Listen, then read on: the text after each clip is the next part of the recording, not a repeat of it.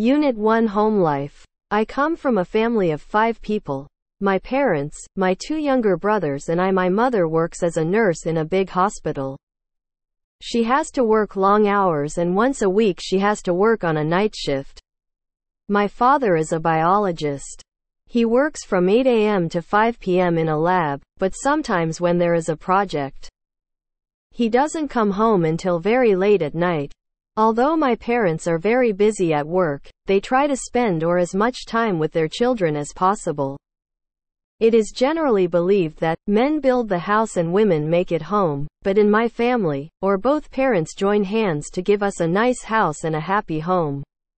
My mother is a very caring woman. She takes the responsibility for running the household. She is always the first one to get up in the morning to make sure that we leave home for school having eaten breakfast and dressed in suitable clothes. In the afternoon, after hospital, she rushes to the market, then hurries home so that dinner is ready on the table by the time Dad gets home. Dad is always willing to give a hand with cleaning the house. Unlike most men, he enjoys cooking. Sometimes, at weekends, he cooks us some special dishes. His eel soup is the best soup I have ever eaten. I am now in my final year at the secondary school. And in my attempt to win a place at university, I am under a lot of study pressure. However, being the eldest child and the only daughter in the family, I try to help with the household chores. My main responsibility is to wash the dishes and take out the garbage. I also look after the boys, who are quite active and mischievous sometimes. But most of the time they are obedient and hardworking. They love joining my father in mending things around the house at weekends. We are a very close-knit family and very supportive of one another. We often share our feelings, and whenever problems come up, we discuss them frankly and find solutions quickly. We always feel safe and secure in our family. It is a base from which we can go into the world with confidence.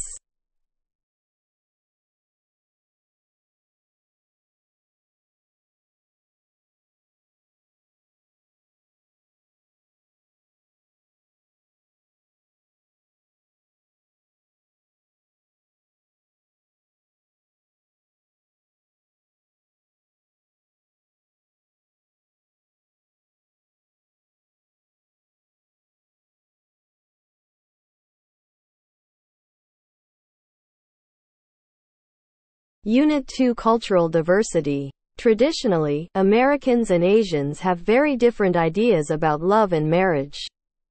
Americans believe in romantic marriage. A boy and a girl are attracted to each other, fall in love, and decide to marry each other.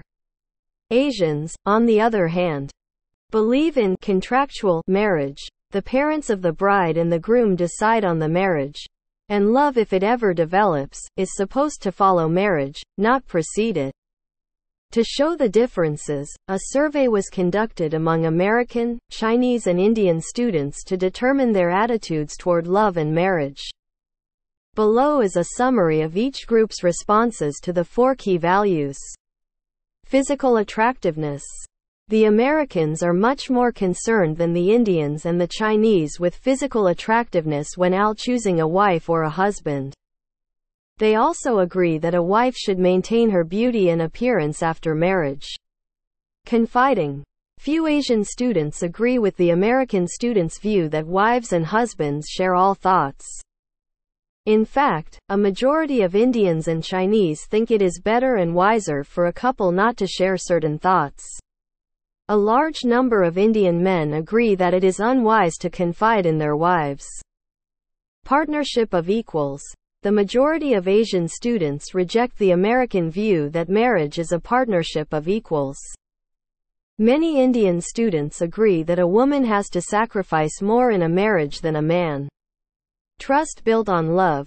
Significantly, more Asian students than American students agree that a husband is obliged to tell his wife where he has been if he comes home late. The Asian wife can demand a record of her husband's activities.